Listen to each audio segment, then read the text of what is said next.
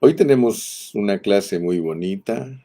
Yo les pido que por favor pongan mucha atención para que me puedan entender. Ya saben ustedes que el hermano Carrillo no está compitiendo con nadie. Yo solo soy una voz que clama en el desierto. Pero hay una urgencia en mí, hay una carga en mí, y es que entendamos el propósito divino. Les he dicho siempre que no soy una persona que se conforma. Yo no me conformo si no entiendo la palabra. Si no entiendo a cabalidad la palabra, sin gimnasias espirituales, sin dinámicas de hombre, yo no me siento conforme. Pero tampoco soy un hombre legalista ni prejuicioso porque el amor lo regula a uno. Hay hermanos que cuando predican no se siente el amor de Dios en ellos porque predican a veces con cólera o predican a veces con egoísmo o por envidia. Bueno, todo eso está en la Biblia. Pablo lo dice. Hay quienes predican por envidia, hay quienes predican porque quieren sobresalir, pero yo en mi corazón llevo esa carga que yo predico para que mis hermanos sean bendecidos. Y por eso algunas cosas en la Biblia no las veo como la ven la mayoría, porque tengo eh, carga con mi Dios, llevo la carga de mi Dios de presentar la palabra con certeza, para que ninguno se pierda en conceptos complicados, sino sencillos, sencillos. Y hoy nuestra lección es respecto a lo que estuvimos hablando ayer. Si ustedes se recuerdan, terminamos hablando del alma como esposa, el alma como esposa del espíritu. Y dijimos que es sorprendente que Dios haya metido en este capítulo 4, que es una cita del Salmo 95. Es sorprendente que Dios ponga aquí porque la palabra de Dios es viva y eficaz y más cortante que toda espada de dos filos y penetra hasta partir el alma y el espíritu, las coyunturas y los tuétanos. O sea que ayer dijimos que en esta parte donde él juró en su ira que no entrarían en su reposo, él nos revela que el hombre tiene que ver con entrar al reposo el conocer que es un ser tripartito. Les recomiendo pues que compartan su página, ¿verdad? Les pido por favor que compartan su página. No se les olvide que tenemos que llegar a muchas personas y para eso pues tenemos esta responsabilidad. Aquí parece que me está fallando un poquito la pantalla. Déjenme ver aquí si me puedo regresar porque no sé qué me pasó. No sé qué me pasó. Quiero ver qué pasó aquí. No sé si se me cortó. Yo no sé, últimamente como que alguna fallita tengo aquí en mi computer que no estoy manejando algo bien. Pero si me están viendo, espérenme. Ahorita estoy tratando de volverme a conectar. No sé qué está pasando. Aleluya. Creo que sí. Aquí estoy de vuelta. Creo que me ven, ¿verdad? Por favor, díganme si me están viendo. Díganme si me están viendo. De vuelta. No creo que. Yo creo que se me desconectó. No sé qué está pasando. Ya por aquí viene mi técnica. Ya se me acercó mi técnica. ¿Se ve bien por ahí? Eh, Estamos aquí viendo el aparato. Ta, ta, ta, ta. Bueno, voy a reconectarme. Algo está pasando que no me deja salir bien. ¿Aló? Quiero saber si me están viendo. Quiero saber si estamos bien, hermana, hermanos. Dice Toñito que sí estamos bien. Gracias, hermano. Si estamos bien, hermana técnica, también la técnica está diciéndome que parece que todo está bien. Les decía entonces que tengo la carga de compartirles a ustedes esta palabra en una forma clara. Quiero que por favor me tengan paciencita, por favor, que aquí estoy pues. Les decía que es sorprendente que Dios nos haya puesto al hombre tripartito en medio de, si oyereis hoy su voz, no endurezcáis vuestros corazones, ¿verdad? El Señor nos dice que determina un día. Estoy en el 4:7, otra vez determina un día, hoy diciendo después de tanto tiempo por medio de David, como se dijo, si oyereis hoy su voz, no endurezcáis vuestros corazones. Porque si Josué les hubiera dado el reposo, no hablaría después de otro día. Por tanto, queda un reposo para el pueblo de Dios. Fíjense que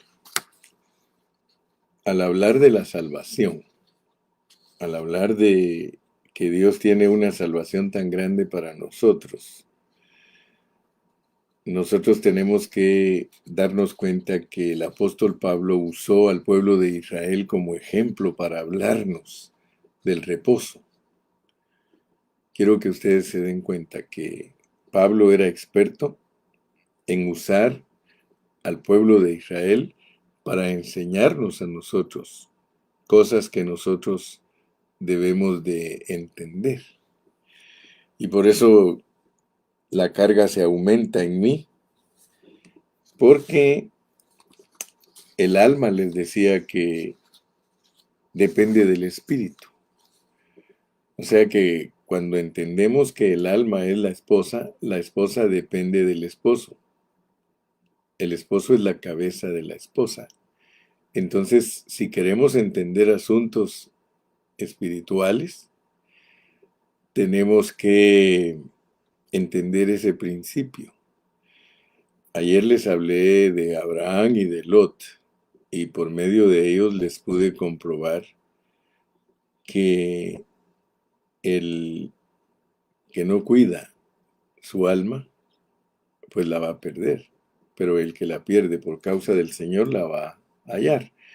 Entonces vimos que lo correcto para entender cómo nosotros podemos ganar nuestra alma es que siempre dependa de nuestro espíritu.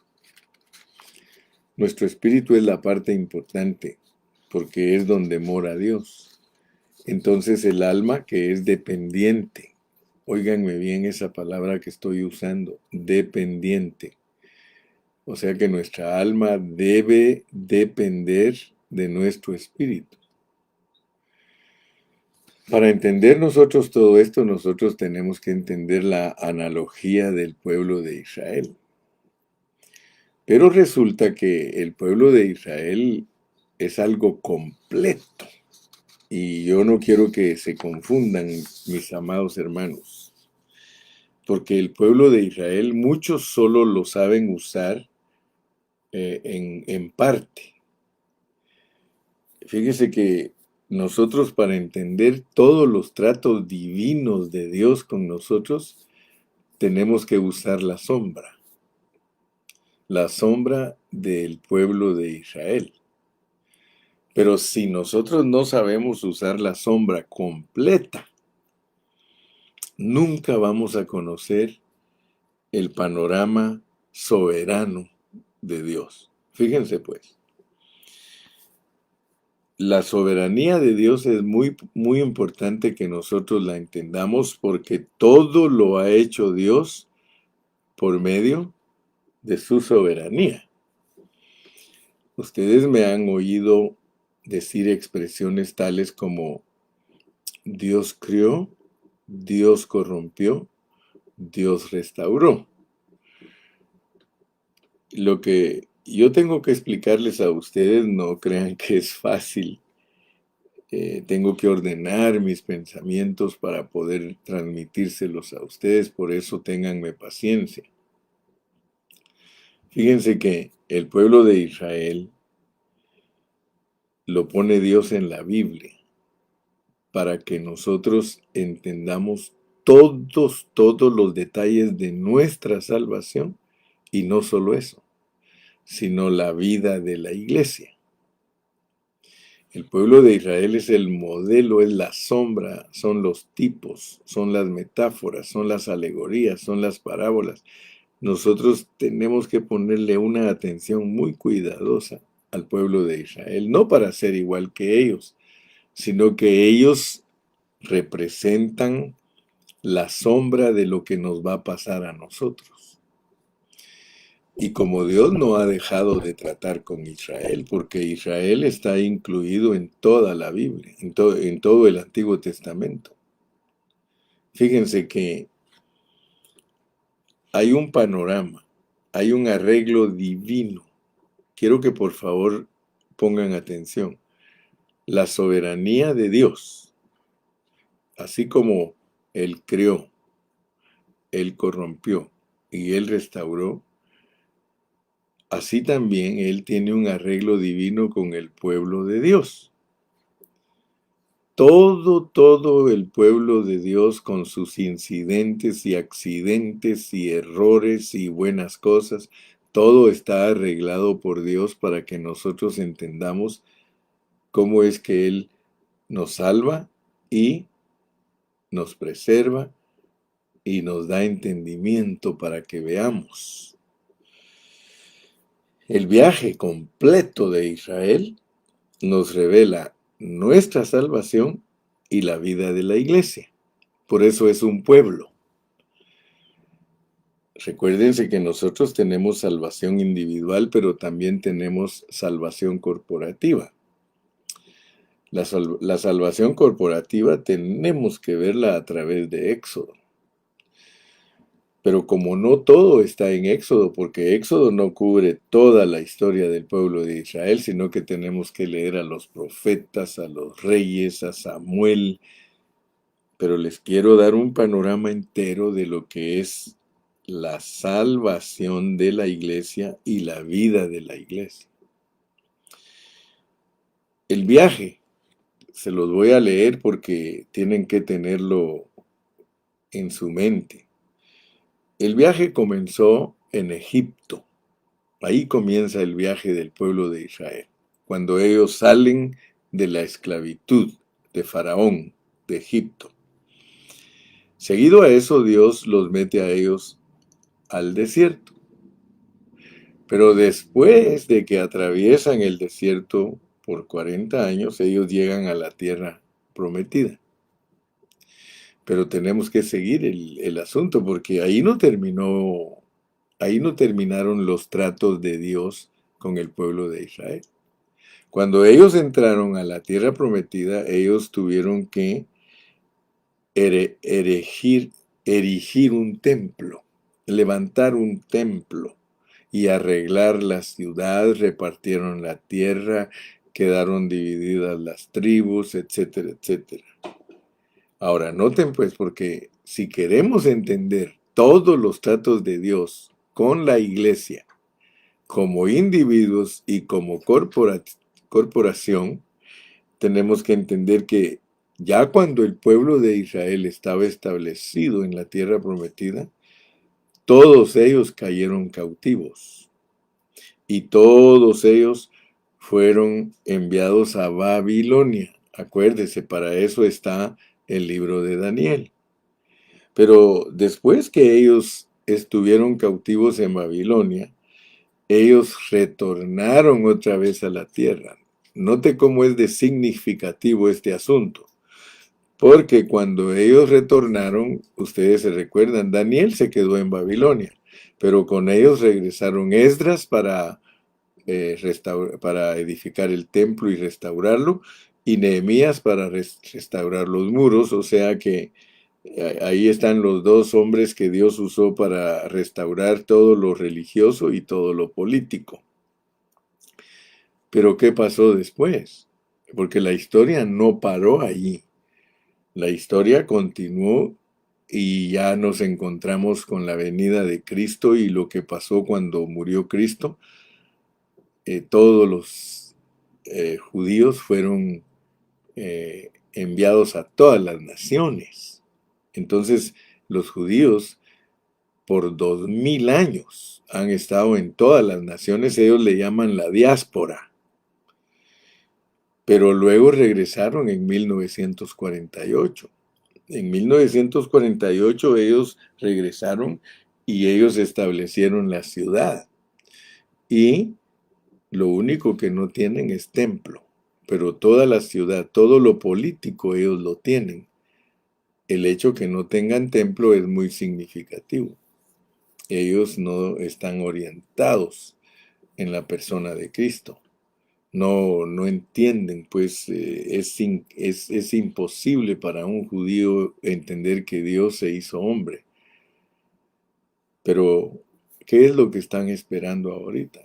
Están esperando que aparezca el Mesías de ellos.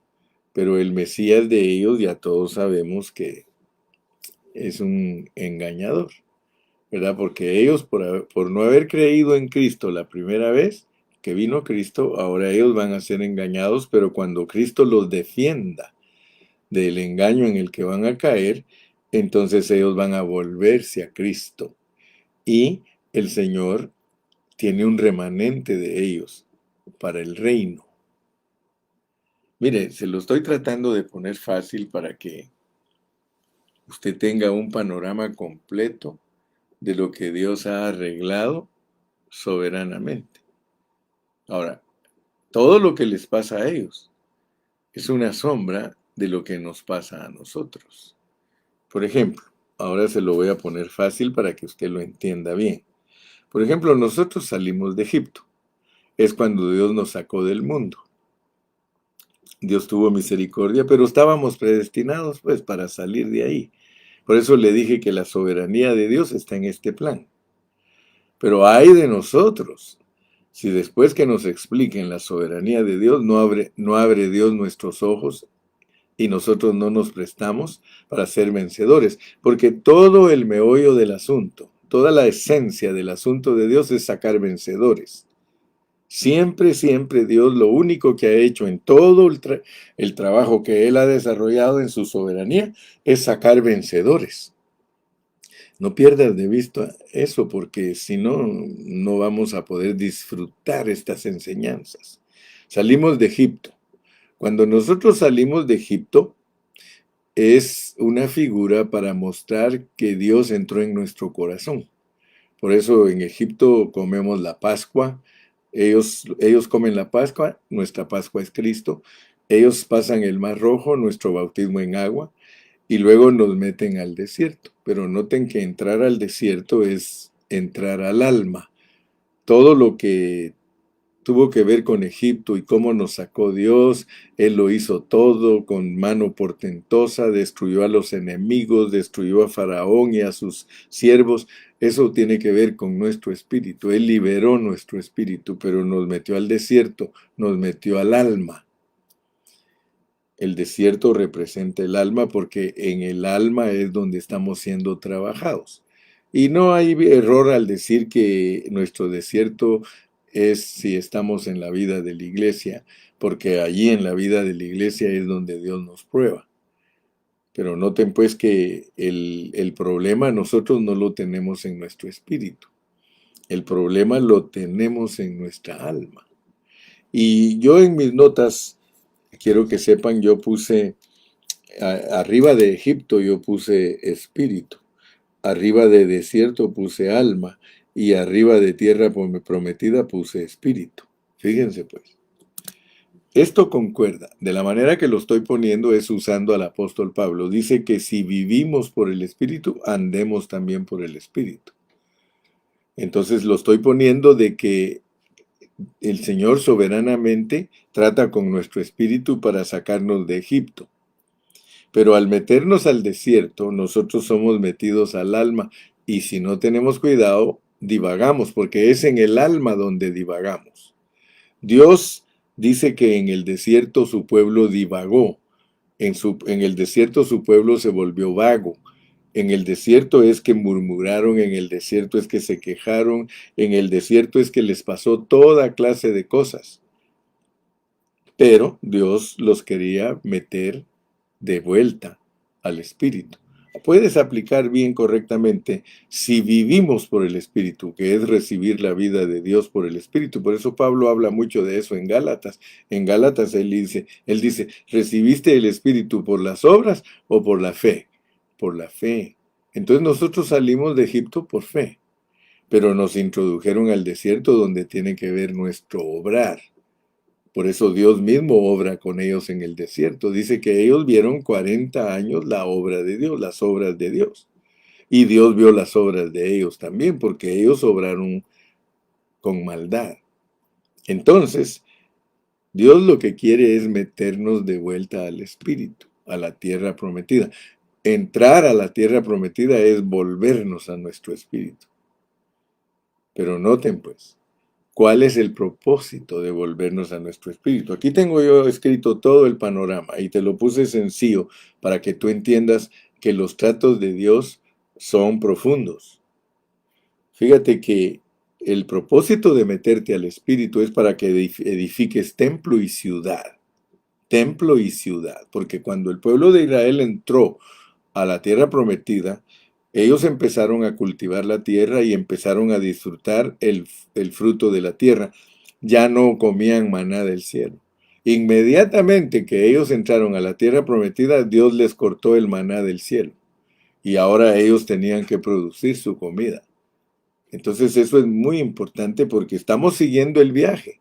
Yo hoy te voy a hablar en esta mañana no solo del espíritu, el alma y el cuerpo, sino que te voy a meter a todo el propósito del Señor, todo el propósito. Fíjate que entrar a la tierra prometida es volver al Espíritu. Salimos del Espíritu para entrar al Espíritu. Por eso Pablo dice Gálatas, ustedes empezaron en el Espíritu, pero van a acabar en la carne, se van a quedar en el desierto.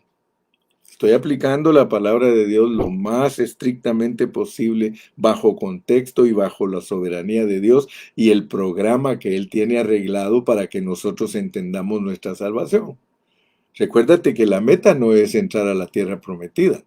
La meta no es que ya entraste a la tierra prometida, ya volviste al Espíritu, ahora tienes que construir templo. Ahora tienes que aprender a comer de la comida que tú siembras en la tierra. Ahora tienes que cosechar de la tierra. Y no solamente eso, te dice que tienes que edificar todo lo que es la ciudad. Ciudad y templo es lo que tenemos que edificar cuando ya regresamos a la tierra prometida. Ciudad y templo. Hay que predicar de lo que es la iglesia. La iglesia, el templo, el cuerpo humano. Fíjate que hasta que regresamos al espíritu, empiezan a tratar con lo que tiene que ver con nuestro cuerpo.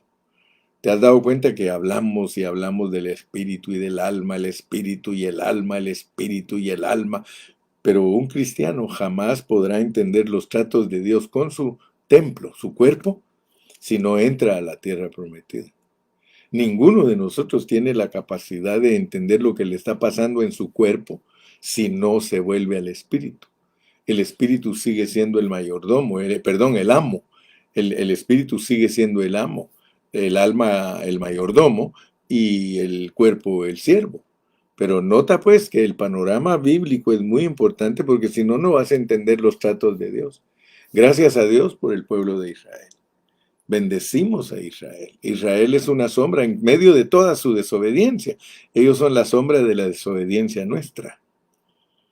Entiéndelo. Porque ellos, al entrar de vuelta a la tierra prometida, construyeron templo y ciudad. Ahora, asústate, porque todos nosotros los cristianos, cuando Dios nos sacó de Egipto, cuando Él nos introdujo al desierto y empezó a tratar con nosotros, Ahora nos dice que entremos a la tierra prometida y muchos de nosotros hemos peleado la batalla, hemos tratado de vivir en el Espíritu, aunque a veces se nos hace tan difícil porque somos tan carnales, el desierto nos ha ganado, nos gusta querer regresar. Nosotros siempre hemos querido regresar a Egipto. Nos gusta la comida de Egipto, el mundo nos atrae mucho. El desierto, que fue para alejarnos del mundo, nos hizo pelear batallas indescriptibles. Estamos peleando una batalla, pero a muerte, porque queremos entrar a la tierra prometida. Pero ya en la tierra prometida, Dios nos usa construyendo el templo y la ciudad. Pero no te quedes muy contento allí, porque van a mandarte al cautiverio. Fíjate que esto no lo entienden muchos hermanos. Perdóname, hasta tartamudo me pongo cuando quiero declarar las cosas. Así que por favor discúlpame porque no es fácil explicarte. Me pongo nervioso, me pongo tartamudo porque tengo la responsabilidad de transmitirte esto y a veces no hallo la forma de cómo explicártelo, pero Dios me está ayudando. Dios me está ayudando. El pueblo de Israel, después que entró a la tierra prometida, ya se había establecido, y ya tenían templo, y ya tenían todo, entraron a cautiverio. Es lo que tienes que entender, que nosotros salimos de Egipto, nosotros entramos al desierto, nosotros entramos a la tierra prometida, nosotros empezamos a trabajar en el templo y la ciudad, que ya te dije lo que es, pero de repente nos cae el cautiverio, nos mandan a Babilonia. Todos los cristianos tienen que ir a Babilonia. Y eso asusta, porque todos tenemos que pasar por Babilonia. Por eso te dije que la soberanía de Dios es tremenda. No hay ni un solo cristiano que no vaya a Babilonia. Ahora, ¿qué es Babilonia? Babilonia es confusión. Soberanamente, hermanos, soberanamente. Por eso les digo que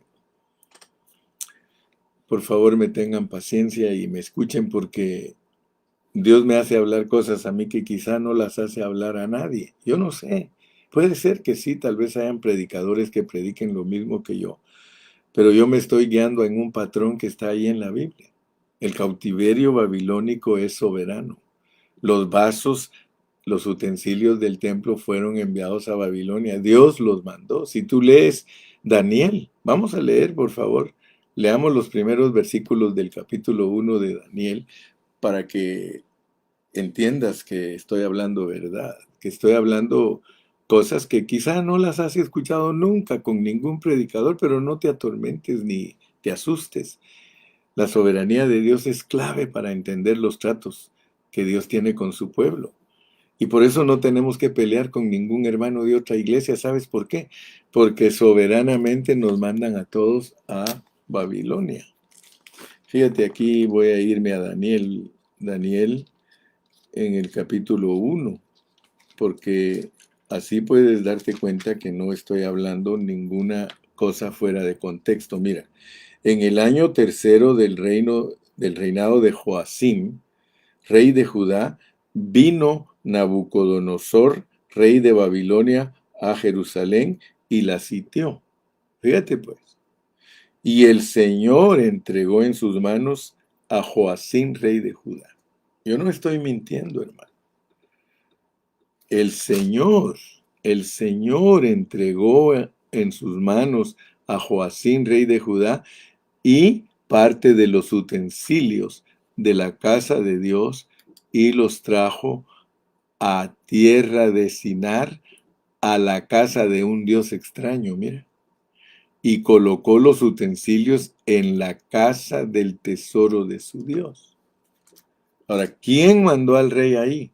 ¿Quién mandó los utensilios? El Señor, Dios. Entonces yo quiero que tú veas que Babilonia es soberanía de Dios.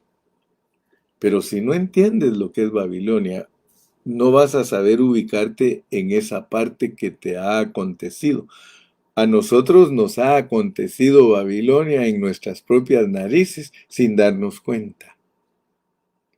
O sea que el cautiverio, mira, tiene su base, la semilla del cautiverio está en Génesis, es Babilonia, es la confusión, es cuando los hombres se propusieron hacer una torre y Dios los confundió a todos y les hizo a todos que hablaran idiomas diferentes para que no se entendieran.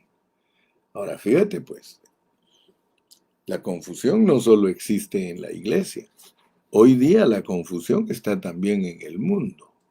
Por eso es peligrosa la confusión, hermano, porque tú hablas una cosa, rápido te caen un montón diciendo que lo que tú estás diciendo no está correcto. Eso es confusión, hermano.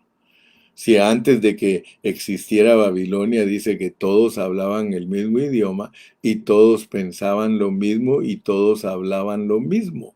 O sea que cuando Dios bendice a un grupo, ese grupo habla lo mismo, piensa lo mismo. Por eso, si tú te das cuenta, todos los pastores de Pan de Vida, todos predicamos lo mismo. Si alguien no se conforma a oír lo mismo, porque a veces dice, ay, hermano Carrillo, es que otra vez vamos a hablar de lo mismo, otra vez vamos a hablar del espíritu, del alma y del cuerpo.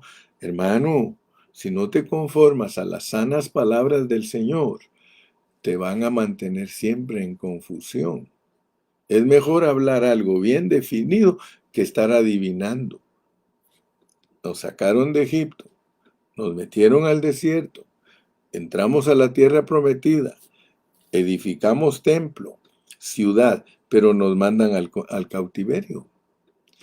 Todos los hermanos cristianos están en cautiverio, todos. En tu pueblo, no me dejas mentir. ¿Dónde vives tú? Vives en el Estado de México. ¿Cuántas iglesias hay cristianas en el Estado de México? Y tú los oyes hablar y todos hablan diferente. Todos tienen idioma bautista, idioma pentecostal, idioma presbiteriano, idioma metodista, etcétera, etcétera, etcétera, etcétera.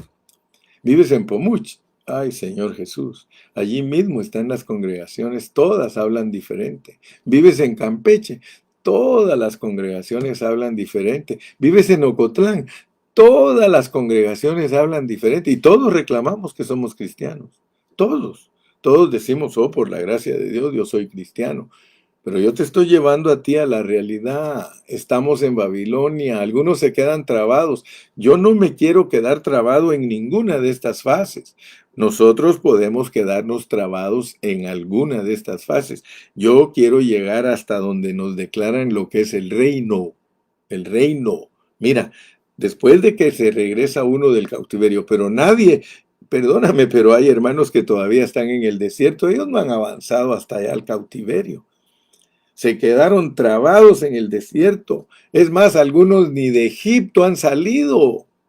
Hace años que muchos ya salieron, ya pasaron el desierto, ya entraron a la tierra prometida y algunos todavía están esperando diciendo, ¿habrá otro viaje? ¿Habrá otro Moisés que nos venga a sacar de Egipto? Hermanos amados, yo les estoy presentando a ustedes un panorama de la soberanía de Dios y cómo es que Dios nos ha traído a todos. Dios nos ha traído de Egipto al desierto, del desierto a la tierra prometida, luego nos metió a edificar templo y ciudad, luego caímos en la confusión. Algunos ya están saliendo de la confusión porque hay que retornar, hermano. Son poquitos los Danieles que se quedan en el cautiverio, porque sí hay Danieles en el cautiverio. Yo quiero que ustedes sepan que en donde están esos hermanos que hablan idiomas diferentes, hay hermanos Danieles que están procurando, ellos por lo menos abren sus ventanas hacia Jerusalén. Abrir las ventanas hacia Jerusalén es estar abiertos a la vida de la iglesia. Jerusalén representa la vida de la iglesia. Y Daniel todos los días cuando él oraba abría su ventana en dirección a Jerusalén. Lo que hacía el salmista, alzaré mis ojos a los montes, ¿de dónde vendrán? Los montes representan a Israel. Israel estaba en medio de 7 montes y los salmistas sabían que cuando oraban hacia Jerusalén. Entonces, nosotros tenemos que, si estás en cautiverio y ya entendiste que tienes mucha confusión, porque ¿quién va a aceptar sus propios errores?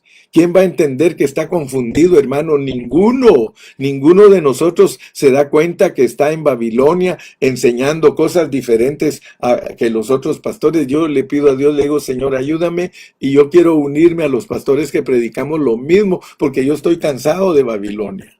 Yo estoy cansado de Babilonia, hermano. Donde quiera que voy está Babilonia. Oye predicar a un predicador, Babilonia, habla un idioma.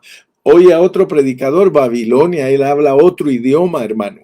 Entonces, nosotros tenemos que salir del cautiverio. Salir del cautiverio es retornar a la tierra, porque hay que regresar a donde nos cautivaron. Nos sacaron de la tierra prometida. Nos sacaron de Cristo, hermano, y es soberano. Esto es lo que tenemos que entender. Es soberano. Es Dios el que manda los utensilios a la casa de otro Dios. Es Dios el que manda al rey preso con Nabucodonosor. Entonces no puedes hacer nada, ningún hermano puede hacer nada, ningún católico puede hacer nada, ningún testigo de Jehová puede hacer nada, ningún mormón puede hacer nada, ningún pentecostal puede hacer nada, ningún bautista puede hacer nada, ningún metodista puede hacer nada, ningún presbiteriano puede hacer nada. Es que ames a Dios lo suficiente para que Dios en su misericordia te saque del cautiverio. Solo Dios te puede sacar del cautiverio. Por eso fue que Daniel, después de que leyó los libros, él dijo, 70 años profetizó Dios que íbamos a estar en cautiverio, se acabó, ya no más cautiverio. Y Dios levantó un rey que les diera permiso de ir a restaurar la ciudad. Tú puedes leerlo en Esdras, puedes leerlo en Nehemías. Es regresar a edificar de nuevo lo que arruinaron, lo que quemaron, hermano. Ok, Dios te está permitiendo entender a ti que todos nosotros tenemos que regresar del cautiverio. Regresar del cautiverio sencillamente significa que ya no estés en confusión, que tengas claridad, que tengas en tu mente clarito lo que Dios está anhelando de nosotros como iglesia. Si tú lo tienes claro, tú ya regresaste con Nehemías, ya regresaste con Esdras. Ahora vas a entender que hay diáspora. Porque la diáspora, después de que uno vuelve a regresar, fíjate cómo es el asunto. Nosotros vamos de gloria en gloria. A nosotros Dios nos va revelando la vida de la iglesia en una forma más elevada, más elevada. Cuando ya entendiste unas cosas, Dios te va a dar otras. Dios te va a dar otras más elevadas. Porque resulta que cuando regresa Esdras y Nehemías, estamos hablando de que prepararon todo para que viniera a nacer Cristo. Todos ellos prepararon para que naciera Cristo. Y cuando nació el Señor Jesucristo, ustedes saben que todos los que no tenían un corazón para Dios, ellos no entendieron la venida de Cristo. Y entonces lo que sucedió fue que Dios usó corazones malvados para matar a Cristo. Él usó a los mismos hermanos de Cristo, a los mismos judíos, a los suyos vino y los suyos no le recibieron, sino que lo mataron. Pero después que lo mataron, Dios los mandó a todos los países a hablar diferente idioma a cada uno. En cierta manera, la diáspora es una repetición de Babilonia, hermano. Fíjese que Dios, en su misericordia, puede ayudar a Esdras y Nehemías a retornar a la tierra prometida, lo cual significa para nosotros que al salir de Babilonia, nosotros nos ingresamos a una vida de iglesia. Pero, la vida de iglesia de 2000 años de confusión, de hablar otros idiomas, continúa soberanamente. Entonces, quiero comprobarte que el hecho que todas las iglesias hablen diferente es soberano, así los tiene Dios. Los judíos están todavía regados en todo el mundo, han regresado muchos a Jerusalén, lo cual significa que hay muchos cristianos que ya han regresado a la vida correcta de la iglesia. Hay muchos. En estos 2000 años hay muchos cristianos que se han captado. O sea que Dios siempre tiene un remanente. En estos 2000 años de que los judíos hablan todos los idiomas de la tierra, esa es la base para que tú entiendas. Los judíos están todavía en todo el mundo. A pesar que un 50% de ellos ya regresó, eso te debe de ayudar a entender que ya hay cristianos que están entendiendo la palabra de Dios. Ya hay cristianos que Dios está tratando con ellos y los está trayendo a una pureza de la palabra que es estar en Jerusalén. Ellos ya regresaron a Jerusalén. Cuando empezaron desde 1948 para acá, ellos han empezado a regresar. Eso significa que es clave. 1948 es clave para la iglesia, porque fue pasadita la Segunda Guerra Mundial y muchos de esa fecha para acá han dejado de hablar diferentes idiomas y se fueron a hablar el hebreo. Estoy poniéndote de ejemplo el pueblo de Israel porque ellos son la sombra de lo que pasa contigo. La diáspora es que todos los judíos están ahorita todavía hablando diferentes idiomas. Cuando los judíos regresan a su tierra, ellos hablan español, inglés, italiano, ruso, francés, 185 idiomas, o 85 me parece. Ellos los hablan ahí en Jerusalén. Ahí hablan todos los idiomas en Jerusalén. O sea que Jerusalén es como la purificación de todos los idiomas, porque ahí llegan a hablarlos. Entonces quiere decir que todos nosotros cuando regresamos de la diáspora espiritual, regresamos a la vida de la iglesia, todos sabemos cuál idioma hablábamos. Y ahí es donde uno se arrepiente y dice, Señor, perdóname porque yo hablaba tal idioma. Yo hablaba. Cuando uno descubre la vida de la iglesia, uno deja de ser bautista, deja de ser pentecostal, deja de ser presbiteriano, deja de ser testigo de Jehová, deja de ser todo lo que son grupos que dividen al cuerpo de Cristo, ahí se acaban. ¿Qué hablas? Hebreo, hebreo. Todos ellos hablan hebreo y otro idioma. Hebreo y otro idioma. Mire, yo me quedo asustado. Yo medio hablo el español y como un cuarto de inglés. Pero usted sabe lo que es hablar 2 idiomas, 3 idiomas, 4 idiomas. Entonces nosotros regresamos a la vida de la iglesia hablando varios idiomas, pero nos damos cuenta que el hebreo es el verdadero, o sea que hay una pureza en la palabra de Dios. La palabra pura está representada con hablar el hebreo. Entonces, noten pues que la diáspora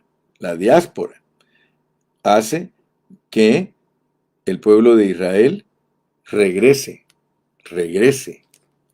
Ahora fíjense pues, ellos han regresado y regresan de toda la confusión a restaurar su ciudad y desde 1948 la han restaurado. Ahora ellos todos hablan un solo idioma, hebreo, aparte de lo que aprendieron por andar vagando, pero no tienen templo. No tienen templo. Ellos todavía no saben cómo trata Dios con el cuerpo de ellos. No saben. Comenzando que a puras penas Dios a algunos de ellos les ha abierto su entendimiento y han sujetado su alma al Espíritu. Pero en Israel no hay templo. No hay templo. Entonces, quiere decir que si no hay templo, no hay un entendimiento correcto de las cosas espirituales, porque ellos sí están bien organizados como ciudad. Como ciudad tienen política. Es más, ellos son una potencia. Ellos son, comparado con otros países desarrollados, ellos están súper desarrollados. O sea que ellos no tienen problemas de, de ciudad, políticos. Bueno, tienen problemas con los árabes que siempre los quieren acabar, pero ellos tienen bien definida su línea política, pero no tienen templo. No saben discernir las cosas espirituales. Entonces, por eso va a venir un anticristo. Va a venir un anticristo. Y va a penetrar ahí con ellos. De hecho, ellos lo están esperando este año. Si tú lees las noticias y todos los anuncios de los hermanos que les gusta la chismografía, ellos anuncian ahí, Israel está esperando que se levante un anticristo ahí con ellos, pero ellos le llaman Mesías, pero los cristianos que estudian un poquito la Biblia dicen, es el anticristo y lo tenemos que derrotar y tenemos que desenmascararlo, etc. Hermano, están torcidos esos hermanos que piensan de esa manera. El anticristo tomará el control total debido a que Dios le pone en sus manos el que mate a cualquiera que no tenga la religión de él.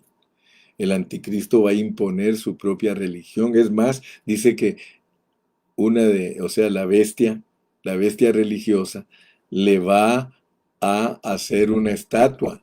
Y esa estatua del anticristo va a hablar. El anticristo va a tener un poder sobre toda la gente, pero tremendo, soberanamente. ¿Te das cuenta? Es que en esto, hermano, si tú no entiendes la soberanía de Dios, tú no vas a saber por qué hay tanta confusión. Es que Dios le ha dado eso al corazón del hombre porque el hombre eso es lo que busca. El hombre dijo, hagámonos,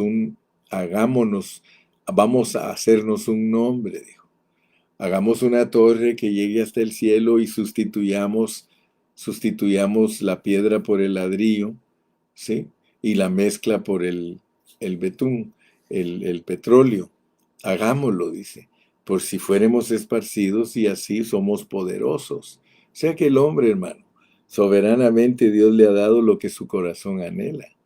Y lo más tremendo que esa filosofía arrastra a los cristianos, porque los cristianos lo que quieren hoy día es un hombre predica para volverse famoso, para tener muchos templos, para tener muchas iglesias, para tener dominio, como que fuera un imperio, hermano. Así que yo lo que les aconsejo en este día es, si han de tomar el ejemplo del pueblo de Israel, por favor tómenlo completo. No solo tomen, mire, la tradición sí habla de salir de Egipto, pero ahí no más. Ahí nomás, ellos no van más allá. Tú vas a oír cristianos predicando, es que Dios nos sacó de Egipto, hermano. Ellos no saben que después de Egipto entran al desierto, que después del desierto entran a la tierra prometida, que después se edifican templo y ciudad, después caen cautivos, después de caer cautivos tienen que regresar con Esdras y Nehemías, y después de eso se prepara el panorama para que nazca Cristo, y luego después de eso vienen los 2000 años de diáspora, de confusión en todo el mundo, y que hay que retornar en 1948 de toda esa confusión y que todavía no hay templo, no pueden construir templo, no los dejan, pero es soberano. Es Dios el que los tiene detenidos para que no construyan el templo. Sí, es Dios el que los tiene detenidos ahí para que no construyan el templo. ¿Por qué? Porque si ellos construyeran el templo, los planes de Dios se le vienen abajo. Es hasta en el tiempo de Dios. En el tiempo de Dios, cuando ellos construyan su templo, entonces los enemigos, porque los enemigos solo los están esperando que hagan ese templo para atacarlos fuertemente y desaparecerlos. Eso es lo que están esperando sus enemigos. Y entonces, ¿qué es lo que va a suceder? ¿Qué va a suceder? Que el Señor manda a un engañador para que ese engañador les haga guerra. Y entonces entra el verdadero, porque ustedes saben que el Cordero va a pelear por ellos. El Cordero viene a pelear por ellos. Es el David que va a pelear contra Goliat. Es el David que va a pelear contra Goliat y lo va a deshacer y lo va a destruir, porque todas las naciones que estén en contra de Israel, que van a ser millones de millones de millones de personas, solo imagínense que viene en camino un ejército de 200 millones. 200 millones, estamos hablando como que todos los Estados Unidos fueran soldados. Todos los habitantes de Estados Unidos fueran soldados y que les dicen, bueno, van a la guerra. Imagínese usted mandar 200 millones de personas a Sudamérica y a decir, y vamos a ir a destruir a toda Latinoamérica, 200 millones de soldados, bien armados, y van a ir a matar a todo, a desaparecer a toda Latinoamérica, porque hay que tomar esa tierra. Maten a todos, mujeres, hombres, niños, mátenlos a todos, porque vamos a tomar esa tierra. 200 millones invadiendo, hermano, como una plaga. Por eso Daniel las pone como plagas, ¿sí? Langostas y esto y aquello y el otro. Entonces, El Señor va a hacer eso porque tiene que limpiar la tierra para establecer su reino. Pero Él va a vencer a todos los enemigos de Israel. ¿Qué significa eso? Que nosotros vamos a tener victoria, van a vencer a todos los enemigos de nosotros espirituales. Lo que es para ellos literal, para nosotros es espiritual. A nosotros Dios nos va a conceder el privilegio de vencer a todos nuestros enemigos. Gloria a Dios. ¿Que nos va a afectar la gran tribulación a los hermanos de la iglesia? Claro que sí. Si Apocalipsis 3:10 no está de adorno. Apocalipsis 3:10 dice que va a probar a todos los moradores de la tierra. Hace poco leía yo a un hermano que decía que Dios va a probar a los pastores, que nos va a probar a nosotros porque dice que nosotros nos aprovechamos de predicar para ganar dinero y que se nos va a acabar la fiestecita. Le digo, disculpa hermano, pero la prueba que viene a los moradores de la tierra es para todos, no solo para los pastores, es para todos. Muy bien, mis amados, yo en esta mañana le doy gracias a Dios porque les pude presentar un panorama soberano del pueblo de Dios, un panorama soberano del pueblo de Dios, el cual sirve para entender los tratos de Dios con su iglesia. Toda la historia de Israel. El apóstol Pablo, en Hebreos, usó al pueblo de Israel y usó la analogía de su desobediencia para hablar de la desobediencia nuestra. Lo único que está haciendo el hermano Carrillo es siguiendo el patrón del apóstol Pablo para enseñar la palabra. Por eso no tengo temor, porque sé que estoy usando correctamente la palabra, estoy trayendo el Antiguo Testamento al Nuevo, usándolo como una sombra, como un tipo, como una metáfora, como una parábola. Gracias a Dios le doy por esto. Entonces, usted pídale a Dios que le dé un espíritu de sabiduría y de revelación. Panorama soberano de su pueblo. No se preocupe que la gente crea lo que quiera, eso es lo que su corazón anhela, allí los deja Dios. Pero si tú eres un hermano que amas a Dios con todo tu corazón, tú renuncias a Babilonia, renuncias a Babilonia. Hay hermanos que tienen años de estar en Babilonia y no quieren renunciar. Deja de predicar tu idioma. Busca la unidad con siervos que en este tiempo Dios les está declarando la palabra como nunca. Yo estoy unido a siervos. Yo tuve que unirme a siervos. Yo tuve que renunciar a hablar mi propio idioma espiritual. Porque eso me hace participante de Babilonia. Y busqué la unidad con los hombres humildes que predican la pureza de la palabra. Predicar la pureza de la palabra es apegarte lo más que puedas a predicar la verdad. Pero eso bota tus estructuras, porque hay una forma definida de predicar la palabra y es bajo contexto. Bajo contexto para que renuncies a todos tus conceptos. Cuando la verdad llega, se esfuma la opinión. Yo no te prediqué hoy mi opinión. Mira, yo solo seguí al pueblo de Israel en todo su viaje de más de 4000 años.